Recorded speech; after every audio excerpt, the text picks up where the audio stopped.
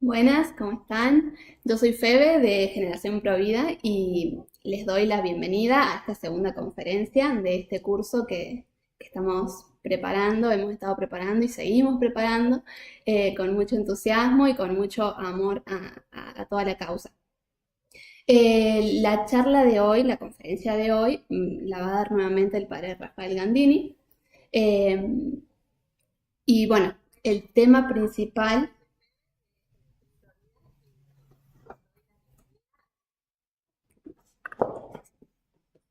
¿Sacaste? ¿Sigo hablando? Perdón, un desliz técnico.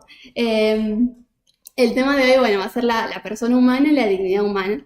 Y bueno, les quiero decir que tengan un lápiz, un cuadernito, un anotador para que vayan anotando todas las cosas y los conceptos clave, lo que les llama la atención, así en el examen que va a venir después de esta conferencia, puedan solucionarlo de la mejor manera posible. Así que bueno, los dejo con el padre Rafael.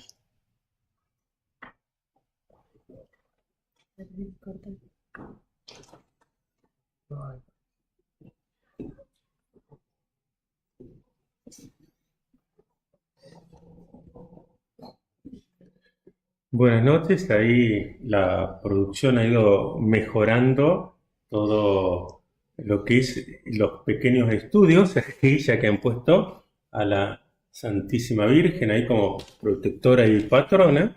Entonces ahí mientras se van conectando, los que ya están conectados, si nos pueden ir comentando cómo les fue con las preguntas, si eran en algunos casos alguna dificultad, pueden poniendo ahí en el chat de YouTube si tuvieron alguna dificultad o por el contrario puede ser que haya sido demasiado fácil.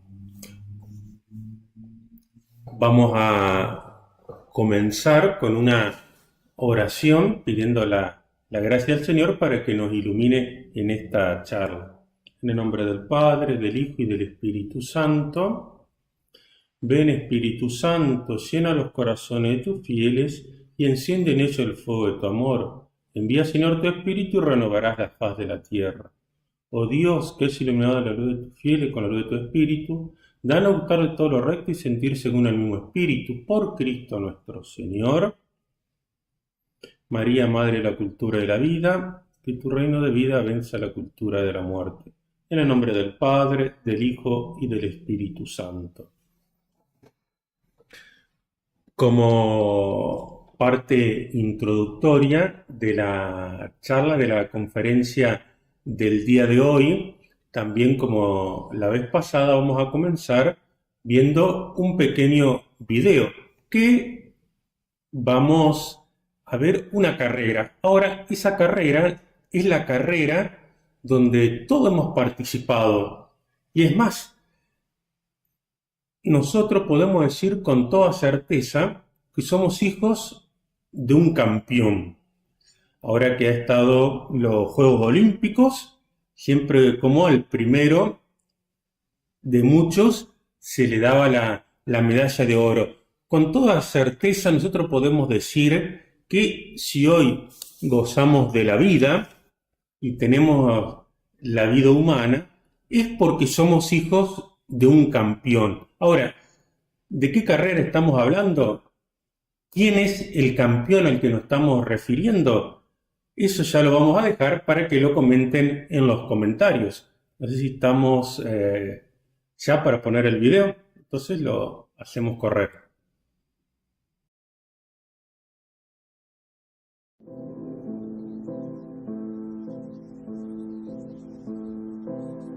Todos los días nacen alrededor de 350.000 bebés, cada uno absolutamente único.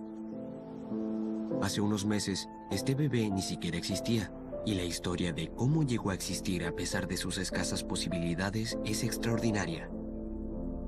Este es el momento de la concepción, cuando solo un espermatozoide se fusiona con el óvulo.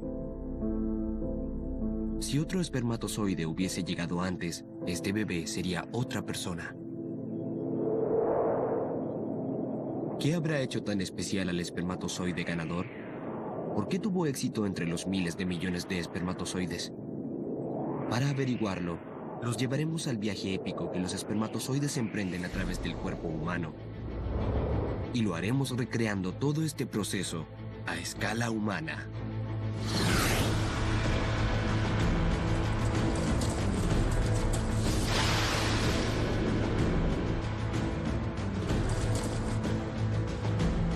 Por primera vez podremos apreciar el extraordinario viaje que enfrentan los espermatozoides para llegar al óvulo. Es una de las historias más espectaculares de la naturaleza y es la razón por la que usted existe. Los espermatozoides enfrentarán a la muerte en cada paso. No hay regreso. Nadie se rinde. Y solo habrá un ganador.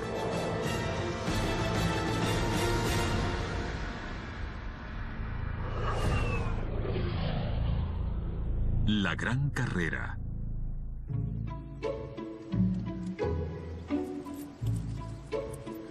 Él es Glenn. Como la mayoría de los hombres, Glenn no se imagina la ingeniería milagrosa que ocurre bajo sus pantalones.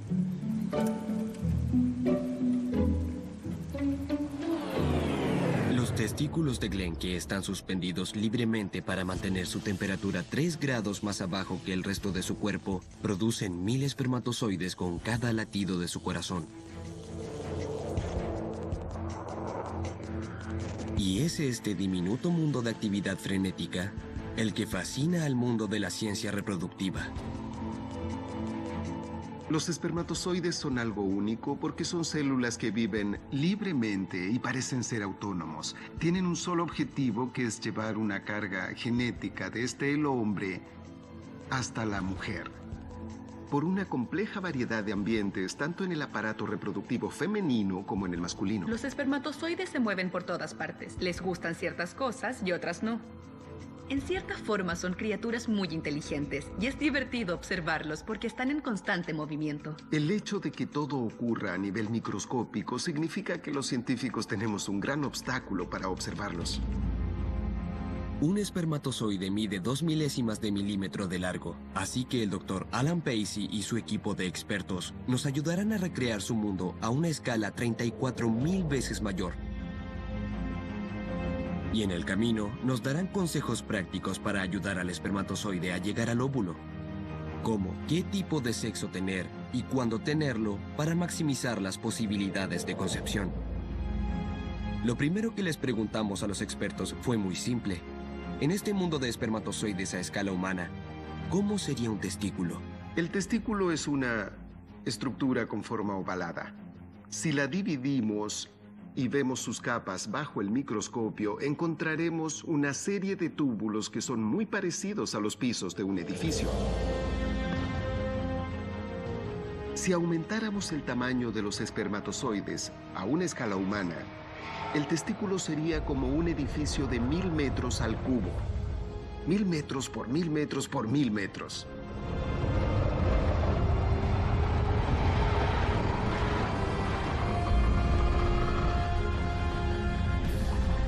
Ahora podemos entrar.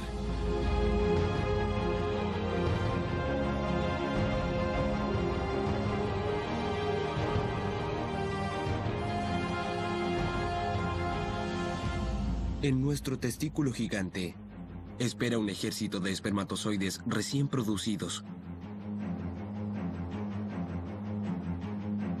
Tal como ocurre con nosotros, los espermatozoides se producen por género. Una mitad produce niños y la otra produce niñas.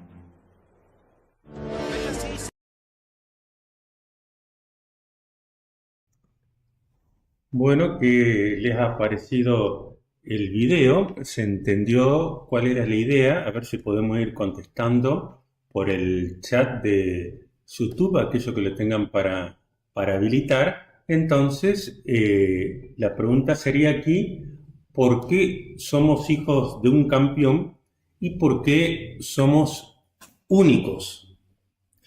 el tema que nos toca tratar hoy día para ir volviendo a programar este GPS Provida, este GPS de la bioética, como lo decíamos en la charla de hace 15 días, es ir construyendo desde las bases cuáles son los fundamentos que yo tengo para defender la vida. Es decir, si alguien me pregunta a mí en la calle, bueno, ¿por qué defiende la vida? Y entonces, bueno, yo le tengo que saber responder con razones.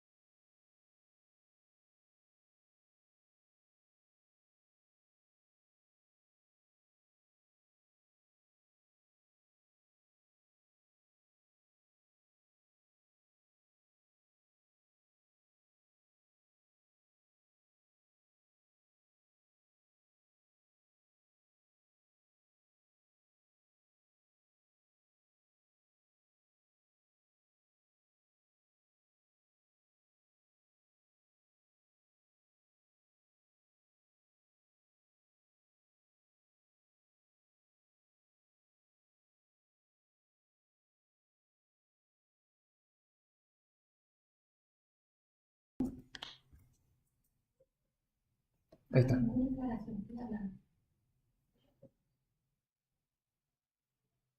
Bueno, estamos al aire nuevamente. Ahí se nos pueden ir comentando. Tuvimos un pequeño problema técnico, pero bueno, por gracias a Dios ya estamos nuevamente en el aire. Son la primera vez que transmitimos, entonces sepan disculpar estas fallas técnicas. A ver, han podido entonces todos volver a reconectarse. Vamos ahora, tenemos ya en la pantalla el Power, podemos ir poniendo el Power, entonces ya vamos entrando en tema. Nosotros tenemos que saber fundamentar por qué defendemos la vida, dar razones, y esa era la idea de este GPS que nos vaya orientando qué razones debo dar yo para defender la vida o en qué se basa la dignidad humana. Entonces, ahora vamos a ver el fundamento antropológico, es decir, cuál es el fundamento último por el cual yo debo defender la vida humana. Antro, hombre, el estudio del hombre, ese sería el fundamento antropológico. O sea, toda vez que hacemos ciencia, recordemos la definición de ciencia que era conocimiento cierto. Cada ciencia que quiero hacer va a tener una relación con la antropología, o más bien va a suponer una visión de la persona humana. Es decir, si la medicina entiende al ser humano como alguien que es mucho más que materia, lo va a tratar, lo que vimos en la clase pasada, no solo la dolencia del hígado, porque me duele porque es un órgano que puede estar descompuesto, o se puede haber descompuesto ese órgano por un problema de nervios, por un problema de ansiedad, porque acá estábamos tratando de buscar la posibilidad de transmitir si no corta la transmisión, eso me hace doler la cabeza. Es decir, toda ciencia va a suponer una visión de la persona humana. Entonces, tengo que saber yo cuál es la visión correcta de la persona humana.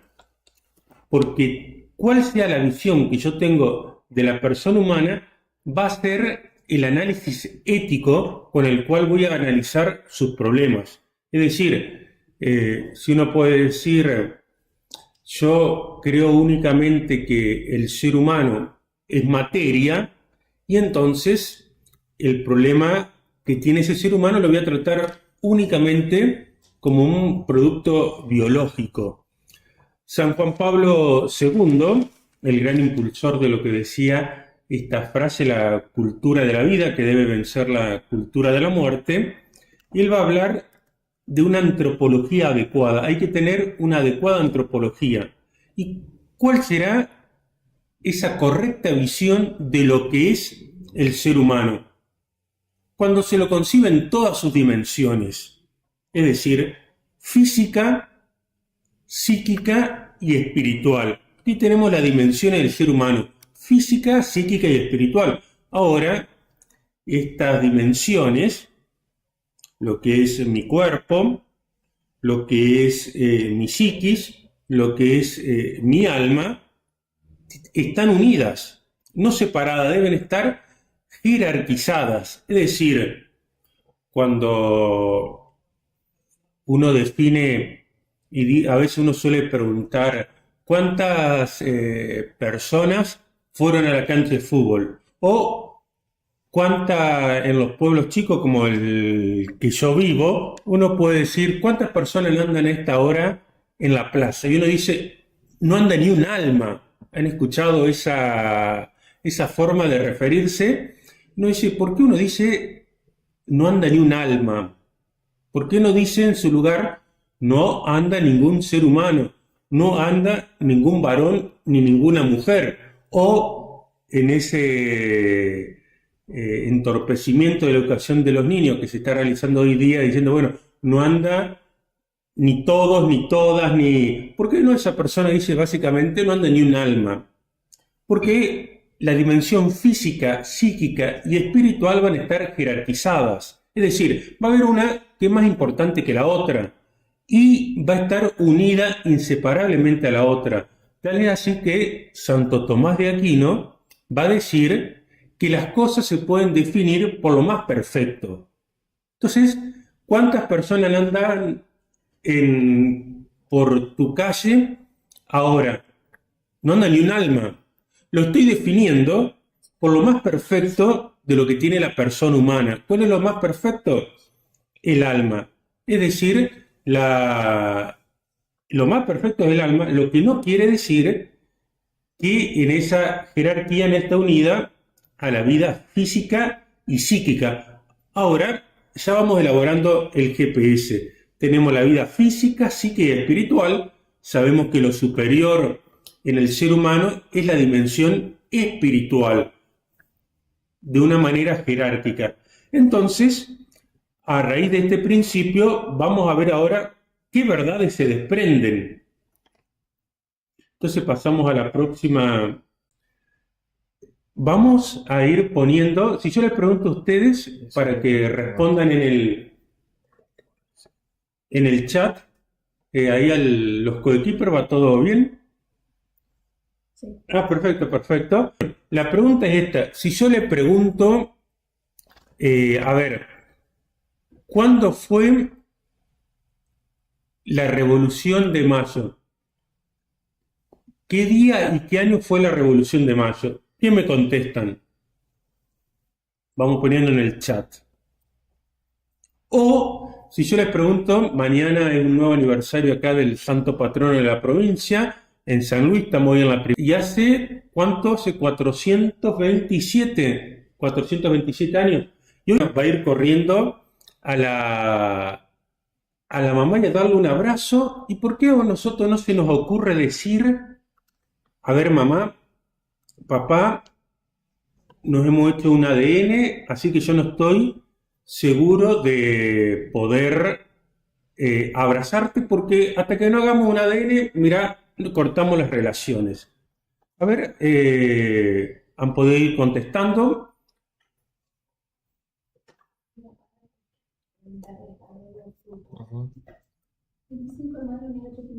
Bueno, a ver, no sé si me están escuchando ahora, pero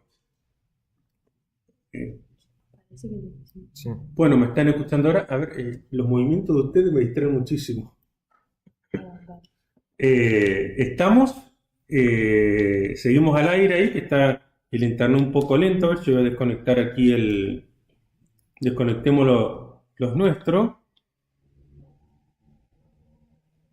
Perfecto. Bueno, obviamente todos los que respondieron el 25 de mayo de 1810. Entonces yo le pregunto, ¿vos estuviste ahí?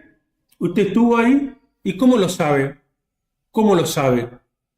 Bueno, uno sabe porque me lo dijeron, va a decir, no hace falta que esté acá. Aparte, en la escuela primaria, en la escuela secundaria, la profesora de historia me lo dijo. ¿Cómo voy a dudar, padre, que el 25 de mayo de 1810? Bueno, pero uno, ¿por qué lo sabe? Porque nos lo dijeron. Es decir, ahí hay fe humana. Le estoy creyendo al profesor o a la profesora de historia. ¿Qué solemos hacer cuando nosotros vamos a comprar al supermercado?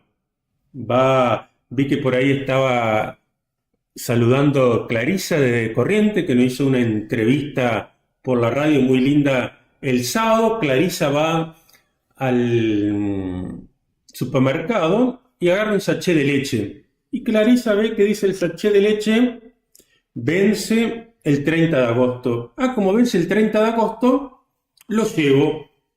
Y uno le podría decir a Clarisa, Clarisa, ¿y cómo sabe usted que vence el 30 de agosto? No, porque acá está escrito. Pero usted lo vio cuando le sacaron la leche a la vaca, vio cuando pusieron. Es decir, uno le termina creyendo. A ver, en definitiva, el más ateo de todos, para vivir, necesita hacer muchos actos de fe por día. Es decir, creerle a alguien. No se puede vivir si uno no le cree a alguna persona. Eso es lo que le llamamos fe humana. Usted estuvo el 25, no me diga la edad, Clarisa, pero usted, ahí veo que está conectada Mariana, Fabio Serpa desde Salta. Bueno, ninguno de nosotros tenemos más de 200 años. Pero ¿cómo vamos a dudar, padre, que eso pasó? Y porque le creemos. Ahora, bien, la pregunta es, si yo le creo a la profesora de historia que me dijo, porque yo no estuve presente, si yo le creo al del supermercado que la fecha de la leche vence el 30 de agosto, si yo le creo a mi papá y a mi mamá que me dijeron que son mi papá y mi mamá y no se me ocurre hacer un ADN, si tengo fe humana, la pregunta es esta, ¿es algo contra la razón el que tenga fe en las cosas de Dios? Dime, entonces, ¿podemos poner a Dios en el tema de la bioética? Una de las preguntas que algunos se habían equivocado cuando se preguntaba cuál era la filosofía que había separado la ciencia médica de la ética. Vieron que estaba el marxismo y el liberalismo. El liberalismo era el de a mí me parece, es decir, todo es relativo a lo que yo pueda pensar. La filosofía del relativismo, ¿qué es lo que produjo? Yo en una época de mi sacerdocio para atraer a los chicos, a las personas, hacía algo de magia, pero nunca llegué a hacer el truco. ¿Vieron cuando desde niño me encantaba cuando le cortaban el serrucho y la persona se la separaba y quedaba el pie moviendo de un lado y la cabeza del otro? Bueno, ese era un truco, porque la persona humana no se puede separar. ¿Qué hizo esa filosofía del relativismo? Agarró un serrucho y le cortó una parte a la persona. ¿Cuál es la parte que le cortó? La trascendencia de que el ser humano, la persona, tiene un alma. Y de tal manera lo cortó que la deja incompleta. Es decir, es connaturar a la razón y a la naturaleza humana que uno le crea a la persona. No, uno no puede estar viviendo de una manera que esté desconfiando de todo. Ahora bien, a la persona que yo le creo es porque tiene una autoridad. Si me viene un desconocido y me dice, yo soy tu papá y nunca lo he visto en la vida, bueno, no tiene motivos, criterios de autoridad para que yo le crea. Pero la profesora de historia tiene criterio de autoridad, estudió el 25 de mayo. Lo mismo, el liberalismo entonces lo que hizo fue no cortar como el mago por la mitad a la persona, sino cortarle como que uno agarre la cabeza y le corte esta parte, es decir, la trascendencia. El ser humano, decíamos, bueno, este ejemplo que está en nuestra cultura. En la plaza de mi pueblo a esta hora no anda ni un alma. Es lo más elevado que tiene el ser humano. Es decir, y ahora, ¿cómo yo sé que tiene un alma? Está bien, padre, con todo eso que me dice de la fe, pero deme motivos de credibilidad, de razón. Perfecto. ¿Cómo sabemos que el ser humano es una unidad sustancial de cuerpo y alma? Vamos a suponer que no lo fuera, que el ser humano no tuviera alma, que fuera solo un conjunto de tejidos, o también podemos suponer lo contrario. Hay varias filosofías neo-orientales que dicen que el cuerpo es una apariencia, que uno sería solamente espíritu, o que el cuerpo sería una cárcel del alma. Nosotros tenemos que tener en claro que el ser humano es una totalidad. Veíamos recién que la persona humana se puede definir por lo más perfecto, por el alma. A su vez tiene cuerpo. Ahora, eso es de manera inseparable. Hoy uno se fue a dormir la siesta y uno dice, bueno, esta persona ¿está durmiendo la siesta o estará muerta? Bueno, fui, la sacudí un poco, se despertó, obviamente estaba dormida.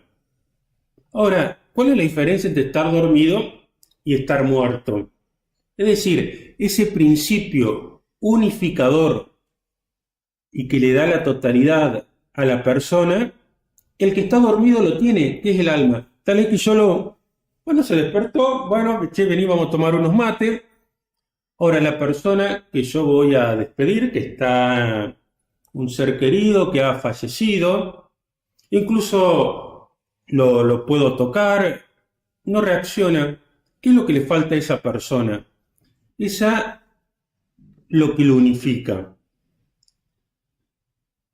El animal, cuando uno tiene un perro, un gato, yo me había puesto muy triste porque la otra vez que dimos la charla, varios los que son de San Francisco lo sabrán, se me había perdido el Aslan. El Aslan es el perro de la parroquia. Bueno, después apareció. Animal, la palabra animal viene de ánima.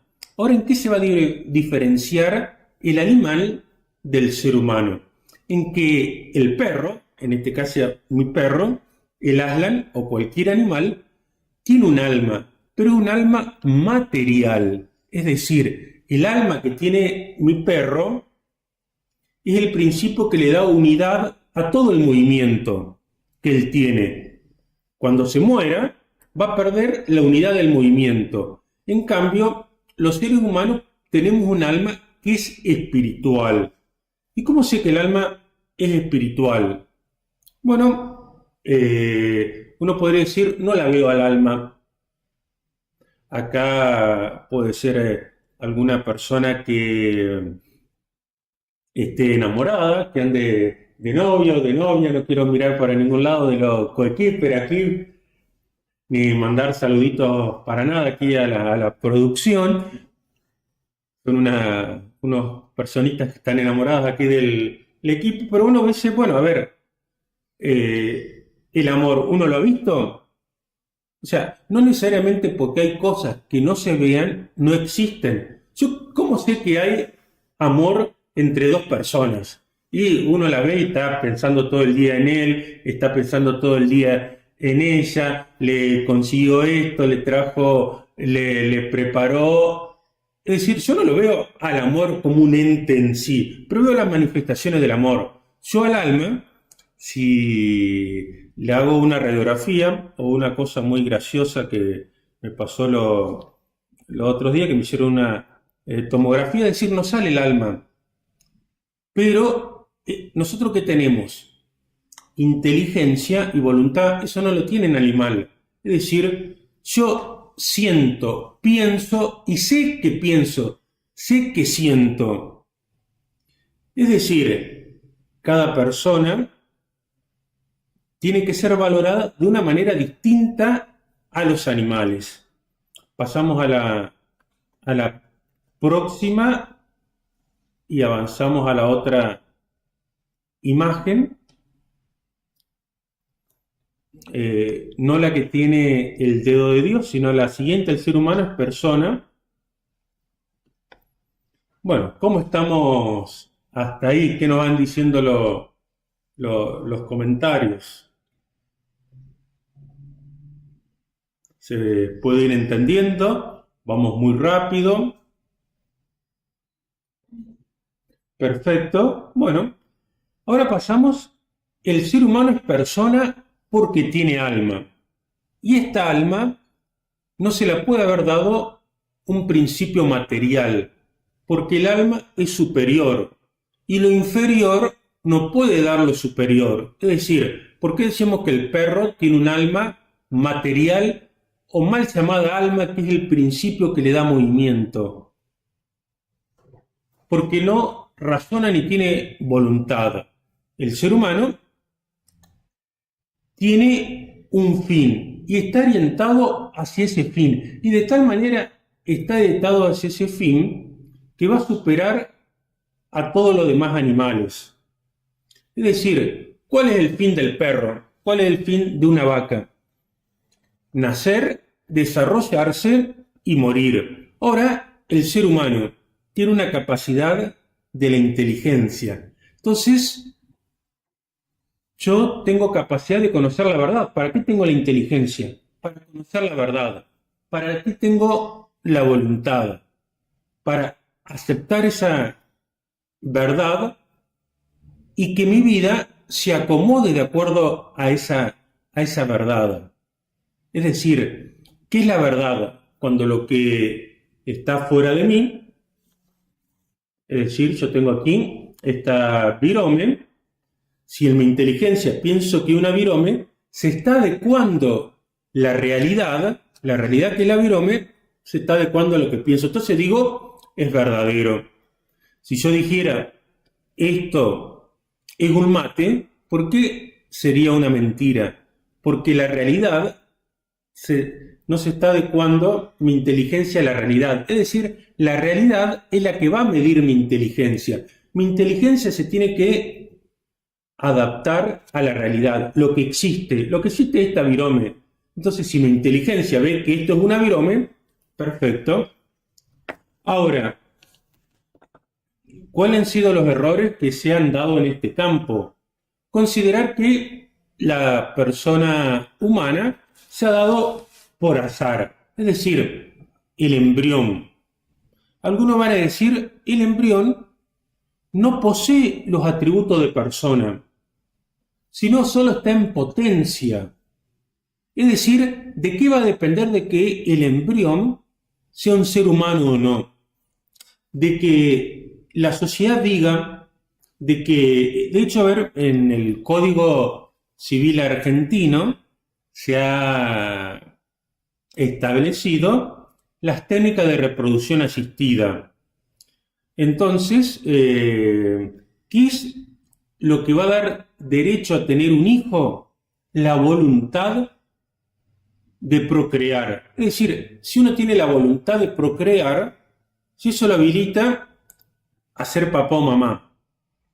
Entonces, ¿dónde está el error? En que no solo el tener la intención de procrear me habilita a ser papá o mamá, sino que en un acto de amor el esposo se una con la esposa. Esa es la realidad. ¿Por qué? Porque si yo hago depender que una persona va a ser persona y va a tener los derechos de persona según lo que diga la mayoría o según lo que diga las leyes del Estado, estamos fritos. A ver, un ejemplo. Una cuestión muy interesante de la Constitución de los Estados Unidos que decía que todas las personas eran iguales. Y un caso muy interesante es el del estado de Virginia, que va a decir hasta el 1880, fíjense, 1870, todas las personas son iguales. Ahora, los negros seguían siendo esclavos. ¿Y dónde estaba la diferencia? Que el negro no era persona. O sea, todos los que son personas son iguales. El negro, por ser negro, entonces si uno le deja al criterio de la mayoría, al criterio de una ley positiva votada por la mayoría, a ver, el ser humano, el niño por nacer, ¿por qué yo lo puedo manipular, puedo hacer un aborto? Y porque se ha dejado a la mayoría decir si es persona o no. Entonces lo que nosotros tenemos que ir al meollo de la cuestión, al punto de la cuestión, ¿qué es lo que hace que alguien sea persona? ¿Cuál es el momento en que alguien comienza a ser persona? Cuando Dios infunde el alma. ¿Y en qué momento pasa eso? ¿En qué momento uno está preparado para eso? Es decir, biológicamente yo no puedo ver el alma, como tampoco puedo ver el amor. Pero yo, ¿qué es lo que puedo ver? Cuando la materia está dispuesta, ahí en el videíto, cuando el espermatozoide campeón penetraba el óvulo, ahí hay 2 segundos en que va a cambiar la realidad. ¿Se acuerdan de este ministro de Enfermedad de la Nación Argentina cuando decía, son células, yo no sé lo que hay ahí? Y la frase creo que era, es un fenómeno. No, va a tener que reprobar, usted es médico, pero la verdad es que reprobó biología. Una cosa es un óvulo que tiene su carga genética, otra cosa es el espermatozoide, cada uno tiene 23 cromosomas, y cuando hay 2 segundos en que va a comenzar un nuevo ser, en que va a comenzar algo que no era y ahora es. ¿Y cómo lo sé? Porque cuando el espermatozoide va a penetrar el óvulo, ya no hay 23 cromosomas por un lado y 23 cromosomas por el otro. Hay 46 y va a tener un ADN propio. Es decir, cuando la materia está dispuesta, ahí Dios infunde el alma. Y le digo que me pusieron en un aprieto a ver cómo lo resuelven ustedes, pero yo soy un padrino de unas gemelas. Ustedes saben que la gemela es el mismo óvulo fecundado por el espermatozoide que se va a dividir, distinto del mellizo. En el mellizo es un caso todavía mucho más raro porque es cuando la mujer ha ovulado 2 óvulos, entonces son 2 espermatozoides que se podría dar hasta la diferencia de 24 horas. Si uno se fija bien cómo distinguir si son mellizos o gemelos, fíjense que el mellizo, uno es más grande, más alto, más bajo, alguno puede ser más morocho parecido a la mamá, uno puede ser varón y mujer, eso ya me distingue que son mellizos, no son gemelos. El gemelo es del mismo óvulo fecundado por el espermatozoide, se divide. Y entonces, ¿cuál fue la pregunta que me complicó ahí? Bueno, entonces, ¿cómo fue ahí? Había un alma y se dividió para 2. Bueno, Dios infunde un alma por cada ser humano. Y eso es lo que lo hace persona. ¿En qué momento? Yo obviamente no lo puedo ver con un microscopio, pero sé que es en el momento en que la materia, en que la parte biológica está dispuesto. Es decir, mi ahijadita o cualquier gemelo, en cuanto se produjo la división, ahí Dios le infundió un alma. Puede ser que le haya infundido un alma primero a una y un alma primero a otra. Puede ser. No vamos a tener la evidencia material, porque de estas cosas tenemos evidencias mediatas. ¿Qué sería una evidencia inmediata? Cuando yo lo veo en el laboratorio, digo, sí, a ver, los gemelos son iguales en el ADN. ¿Por qué? Porque se han dividido del mismo huevo cigoto. Bueno, lo puedo ver con el microscopio. Yo digo, esta persona tiene el mismo ADN que esta persona. Ahora, no puedo hacer lo mismo con el alma. Pero, cuando empieza a haber un principio que empieza a crecer y a desarrollarse un ser independiente, sin necesidad de otro, es decir, cuando ese huevo cigoto por sí mismo empieza a desarrollarse y necesita de la mamá solamente el alimento, y ese desarrollo, a no ser que sea matado por el aborto, va a comenzar un camino que va a terminar con la muerte natural. Es decir, ya cuando hay 46 cromosomas, es más, si una persona, volvamos al ejemplo de el ateo que tenía que hacer 1000 actos de fe por día, de fe humana.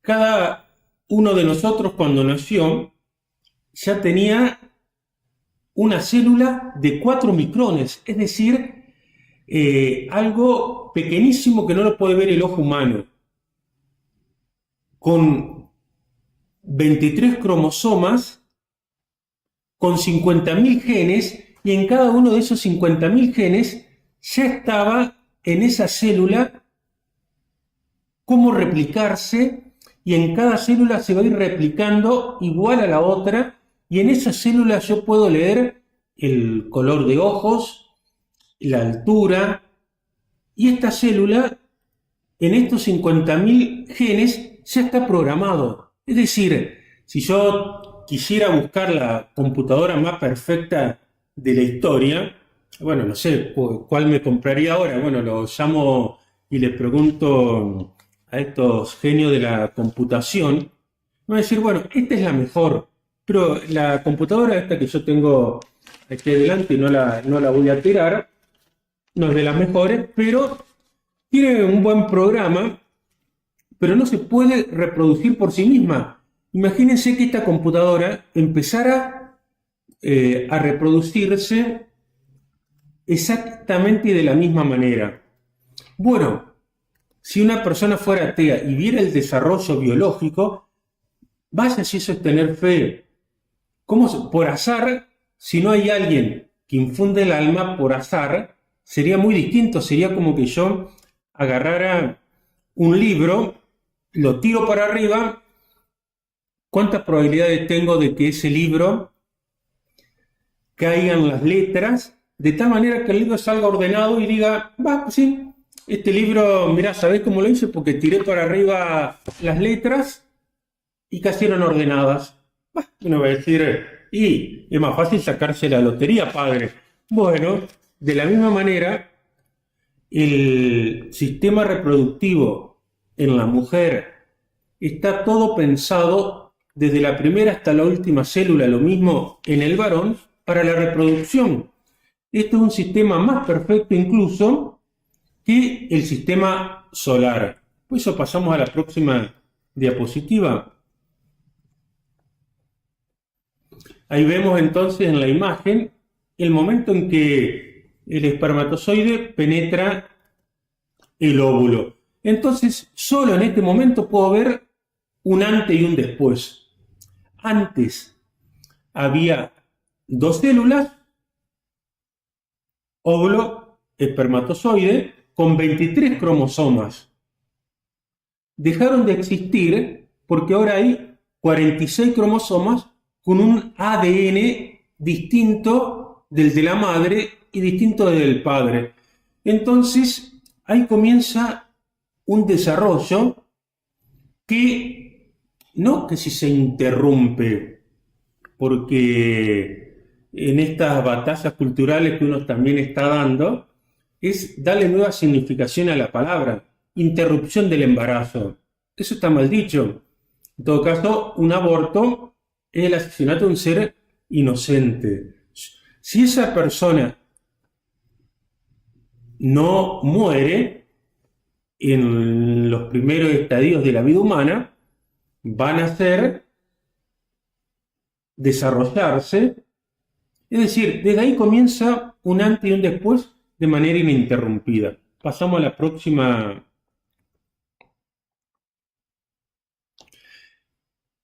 Errores, entonces, en cuanto a esto, a los principios antropológicos. Hay dos mentalidades. Una que le podemos llamar una mentalidad secularista. Secularista viene de século, de mundo. Es decir, que le atribuye a la persona que va a tener un dominio absoluto sobre la naturaleza. Habrán podido ver el año pasado cuando estaba en la rural un grupo de gauchos haciendo ahí con los caballos y entra un grupo de personas, creo que eran veganas, y diciendo no al maltrato animal.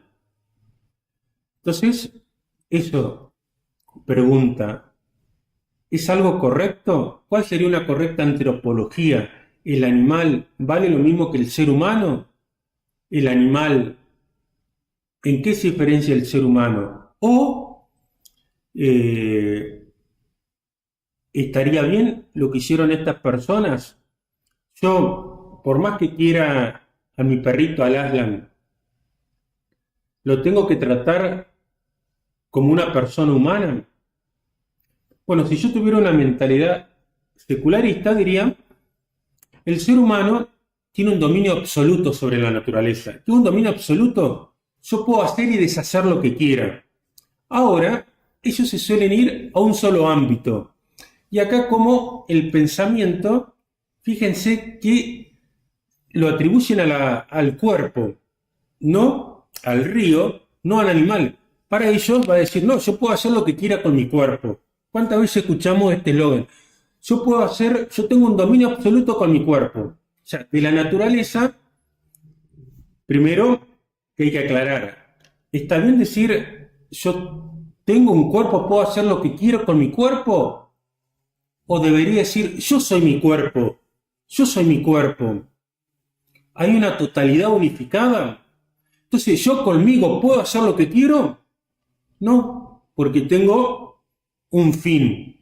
Es decir, yo con mi cuerpo puedo hacer lo que quiero. O ese argumento que se solía dar en el tema de aborto. Bueno, no es tu cuerpo. Bueno, está bien, perfecto. No es tu cuerpo. Por eso con la vida del otro no podés hacer lo que quieras. Pero tampoco con tu cuerpo podés hacer lo que quieras. ¿Por qué? Porque si tu cuerpo es una unidad de cuerpo y alma y tiene por fin la felicidad que solo la vamos a alcanzar en Dios, uno no puede agarrar y decir, bueno, yo con mi cuerpo hago lo que quiero y me corto una mano. Yo con mi cuerpo hago lo que quiero y me corto un brazo. O vieron que se ha puesto de moda por ahí, una mala moda entre los adolescentes cuando quieren llamar la atención, el tema de hacerse en el cuerpo distintas o juegos, ¿no? Que uno se va hiriendo. Yo con mi cuerpo puedo hacer lo que quiero. Ahora vamos a ver cuál es nuestra mentalidad y por qué no es si yo derivo de esta mentalidad de un dominio absoluto de la naturaleza, o más bien debería tener otros criterios. La filosofía o las bioéticas que van a tomar este principio del dominio absoluto sobre la naturaleza van a decir esto, sí, vos con tu cuerpo hacés lo que quieras. Sería una bioética que se llama cientificista o utilitarista. Es decir, sería una bioética, entre comillas, porque no tendría ética. ¿Qué es la ética? el criterio moral por el cual yo tengo que llegar a la perfección como ser humano. Ahora, la bioética utilitarista no tiene un criterio moral, sino que tiene un criterio tecnológico. Lo que se puede hacer, es bueno hacerlo. Entonces, ¿qué se va a desprender de acá? Que yo puedo manipular totalmente al ser. Es decir, si tecnológicamente a mí me pudieran poner 3 piernas para correr más rápido una maratón, estaré bien hacerlo. ¿Por qué? Porque técnicamente se puede hacer. Uno dice, a ver, no. La persona, en todo caso, lo que se puede hacer es, si ha perdido una pierna y hay una tecnología que sirva para sanar o reparar lo que está dañada, bueno, por supuesto, pero no puedo ponerle a la persona 3, 4, 5 piernas porque simplemente se puede hacer. El otro principio que tiene la bioética utilitarista, la eficacia. ¿Es bueno? Sí, es eficaz.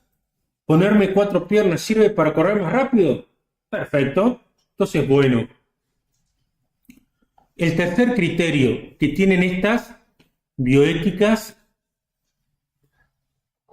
de coste-beneficio. Algo es bueno si tiene un beneficio a un costo menor. Es decir, la fecundación in vitro. ¿Por qué para este tipo de biología sería bueno? Y porque el costo-beneficio, yo quiero un beneficio, quiero el derecho a ser padre. Los intentos de clonación, puedo fabricar una persona fuera del útero de la madre, lo puedo hacer con una célula de una persona por más que esté muerta. Bueno, si el costo-beneficio. Ahora, ¿cuál sería una correcta bioética? Pasamos a la próxima.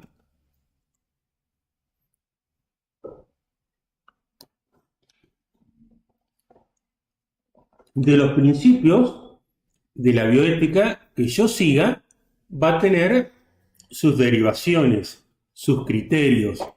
Es decir, nosotros seguimos la bioética personalista, que hablábamos del manual del padre Esgrezia, la clase pasada. ¿Por qué? Porque para nosotros en el centro está la persona. En el centro no está el universo, en el centro no está persona humana o no humana, sino que está la persona humana. Esa persona humana tiene una capacidad de trascender, es decir, no se queda meramente en el campo inmanente de lo que me muestran los sentidos, de lo que puedo ver, de lo que puedo probar, sino que también está abierto a la trascendencia. Y entonces, un primer criterio, el respeto por la verdad de las cosas. Cada realidad debe ser valorada por lo que es. Yo a mi perrito, el Aslan, lo quiero mucho, pero tengo que respetar la realidad del perro. ¿El perro para qué fue hecho? Para mascota, para acompañar al hombre. Entonces, acá ver una pregunta. ¿El ser humano se puede servir de la naturaleza? ¿Se puede servir de los demás animales? ¿O terminamos? Había visto un video que vieron cuando van al matadero las vacas, que los llevar en estos camiones para que después nosotros lo comamos. Entonces, bueno, había una manifestación que estaba despidiendo a las vacas para que, porque iban a ser asesinadas. O en España había salido una defensa de las gallinas, porque las gallinas, sin su consentimiento, eran violadas por los gallos. Y entonces uno dice, a ver, ¿hasta dónde está pasado de mambo este mundo o de dónde nacen todas estas ideas? Bueno, tengamos una correcta filosofía, nos va a dar una correcta bioética y entonces pueden venir los errores más disparatados que nosotros teniendo bien establecidos los fundamentos, bueno, el respeto por la verdad de las cosas. Tampoco nos regimos por costo o beneficio. Y en tercer lugar, la ética está sobre la técnica, es decir, la técnica tiene que estar al servicio de la ética. La técnica tiene que estar al servicio de perfeccionar a la persona. Pasamos al siguiente. Y entonces, en definitiva, la vida humana es sagrada porque desde su inicio comporta la acción creadora de Dios. Esto lo tenemos. La sacralidad de la vida humana, pasamos a la próxima. A ver, si podemos ir respondiendo, primero por dos motivos, para hacerlo interactuado, y segundo, para que me dejen descansar un poquito la garganta. Vamos a ir respondiendo ahí por el chat, ¿por qué la vida humana es sagrada desde la concepción? ¿Por qué la vida humana es sagrada desde la concepción?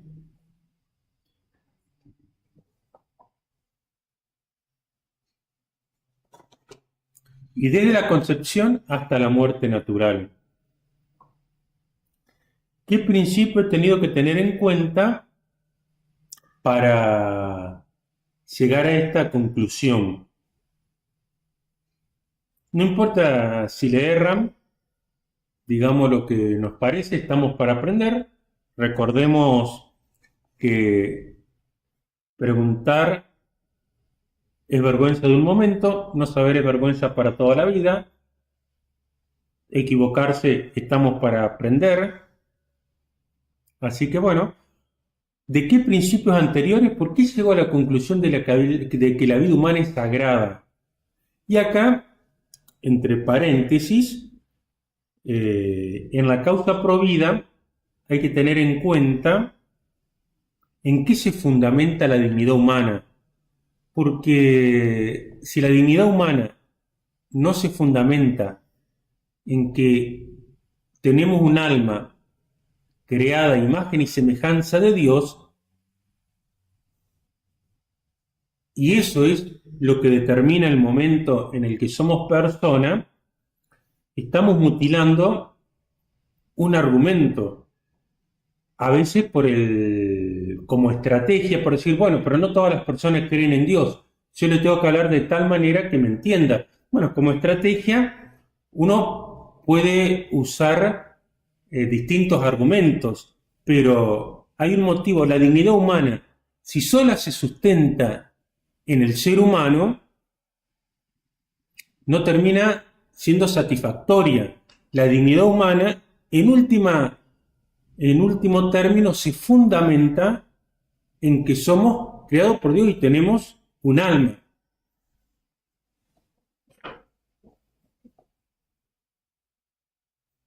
Muy bien, acá lo que están contestando. Gladys Vázquez, muy bien. José Alfredo Reta. Mariela Tisera, perfecto. Pasamos a la próxima.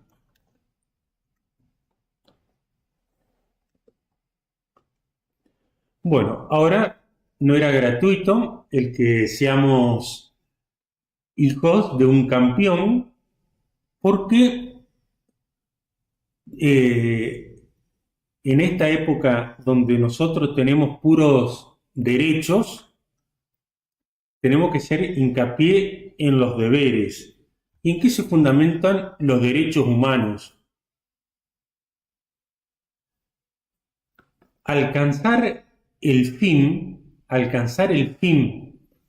que yo tengo como ser humano, que es perfeccionarme, y en esa perfección debo defender la vida humana, y defendiendo la vida humana lo debo hacer con la gracia de Dios, con la ayuda de Dios, y mediante esto llegar al cielo, no es un fin optativo, es un fin obligatorio. ¿Cómo es esto? A ver, uno ve que cada especie fue creada con un fin y que no es optativo.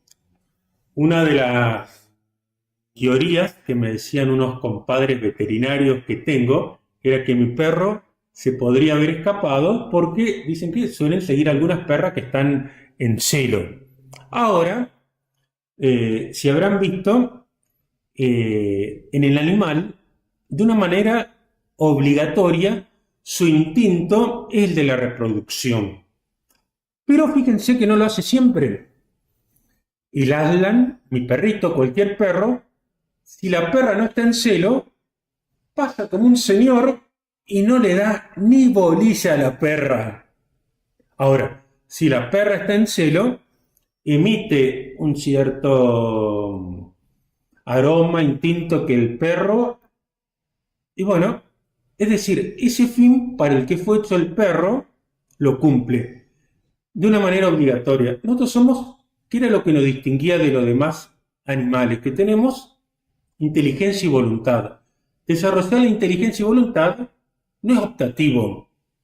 Lo que estamos aquí en el curso, lo que están estudiando, lo que hayan hecho el examen, les haya salido bien o mal. Bueno, no es algo que yo desarrolle mi inteligencia y busque la verdad. Buscar la verdad no es algo optativo, sino que es obligatorio. Y cuando yo tengo una obligación, de ahí brotan los derechos. Si yo no tuviera obligaciones, no pudiera tener derechos. Como yo tengo obligación, el que tiene hijos tiene la obligación de darle comer a sus hijos, de ahí brota el derecho al trabajo. El que tiene la obligación de trabajar para poder darle a sus hijos, brota el derecho que en su trabajo lo tengan en blanco, etcétera, etcétera. Pero, es decir, ¿de dónde brotan los derechos? De las obligaciones. Y el ser humano está ordenado al bien común que es Dios y al bien común de toda la sociedad. Y como estamos ordenados a ese bien de una manera obligatoria, nos van a brotar derechos. Entonces yo tengo derechos a la vida humana, el primer derecho, sin el cual no podría tener ningún otro derecho. Tengo derecho a ser respetado en la parte más vulnerable de mi vida, que es la concepción, la muerte natural. Tengo derecho a profesar mi fe libremente y como tengo una obligación, me brota un derecho. Ahora, ¿cuál es la raíz última del derecho humano? Esa obligación. Aparte, todo lo que yo haga en esta vida va a tener una consecuencia eterna. Para los que han visto la película Gladiador, una película debe ser del año 2000, pero muy legendaria, hay un momento que dice, ellos eran paganos, pero dice, todo lo que hagas aquí tendrá eco en la eternidad. Nosotros, que somos cristianos, todo lo que nosotros hacemos aquí en nuestra vida, ¿por qué tratamos de hacerlo de una manera ética, es decir, de una manera acorde con el fin para el cual fuimos hechos? Porque todo lo que hacemos en esta vida tiene un eco en la eternidad. O al revés, todo lo que haga en esta vida comienza teniendo una consecuencia en esta vida y en la vida eterna. Es decir, cuando uno habla de las cruces, no, yo tengo la cruz, si uno se pone a fijar, la mayor parte de las cruces que sufrimos, no las hemos fabricado nosotros mismos, desordenándonos y yendo fuera del camino último para el cual fuimos creados. Es decir, que nos quede de toda esta charla que nosotros tenemos un alma inmortal, que no muere, que no muere, porque es un alma espiritual, distinta de los animales, que por esa alma inmortal, que no la puedo ver, pero por la que pienso y sé que pienso, amo y sé que amo, sé que tengo un alma inmortal, entonces yo todo lo que haga con mi inteligencia y mi voluntad, que sea acorde al fin para el que fui hecho, va a tener consecuencias en esta vida y en la eternidad. Es decir, todos aquellos que defienden la vida humana, y también se preocupan por ser buenos cristianos, tendrán consecuencias buenas en esta vida y en toda la eternidad. Como aquel, vieron como ya tenemos el GPS. ¿Qué es lo primero en el GPS? Ponerle el a donde quiero. Bueno, una vez que ya sé claro a dónde quiero llegar, todos los actos que yo haga, por más que sea de a poquito, por más que vaya de pueblito en pueblito, a ver, imaginemos una ciudad a la que yo quiera llegar y queremos ir a dar gracias a Luján. Bueno, sabemos que el camino ya está en nuestro GPS, vamos poco a poco avanzando, quizás por ahí tenemos que parar a cargar nafta, por ahí tenemos que demorarnos porque se nos pinchó una rueda, pero si nos desorientamos del camino, eso empieza a tener consecuencias en nuestra vida. Es decir, nos fuimos para otro lado y bueno, mínimamente voy a gastar más combustible que está carísimo, una consecuencia, otra consecuencia, voy a llegar más tarde al fin o me puedo desviar para siempre. Con nuestra vida, cada acto que yo hago, si lo hago teniendo en claro y en cuenta el fin, me va a ir llevando. Y por más que lo vaya haciendo de a poco, nunca perder el fin. Nosotros defendemos al niño por nacer porque es una persona humana. Es más, si alguno me dijera, podría ser una persona que defiende el aborto, bueno, pero no estoy seguro. Ante la duda, a ver, acá está, detrás de cámara está Andrea controlando todo, y si yo le dijera a Andrea, toma una bolsa cerrada, de esas de consorcio, esto es una muñeca, que ya no me gusta más, tírala al río. Y Andrea ve y escucha como que hay un llanto. Entonces está dudando, dice, no, le digo yo, es una muñeca de esas que uno le aprieta la panza y llora, y me voy. ¿Qué tendría que hacer Andrea si estaría dudando? Bueno, pero ¿qué hago? ¿Y lo tiro? Pero ¿y si lo tiré y era un bebé? O sea, ante la duda, siempre se protege la vida. Ante la duda, aquí se aplica un principio al moral, que para otras cosas está mal, pero en este caso está bien, que se aplica la parte más segura. Si yo tengo duda, protejo la vida. Perfecto, Pablo, Elida Gatique y a todos los que se han sumado a este chat, a esta charla, y bueno, ya lo dejamos ahora en compañía de la persona que nos va a despedir en este curso, porque por mi parte hasta aquí hemos llegado y recordemos que acá estamos haciendo bioética con alma y vida.